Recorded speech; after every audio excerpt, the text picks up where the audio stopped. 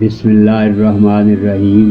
معزز ناظرین و سامعین، السلام علیکم ورحمۃ اللہ وبرکاتہ۔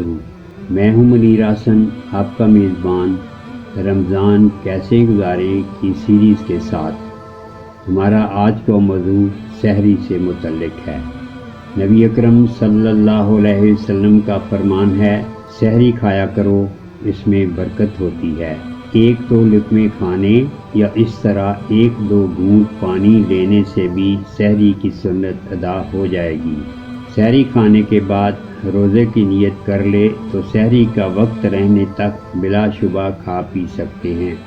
ایک اور حدیث میں ارشاد ہے، اگر کچھ نہیں تو اس وقت تک پانی کا گھونٹ ہی پی لیا جائے، کیونکہ سحری میں کھانے پینے والوں پر اللہ تعالی رحمت فرماتا ہے اور فرشتے ان کے لیے دعائے خیر کرتے ہیں۔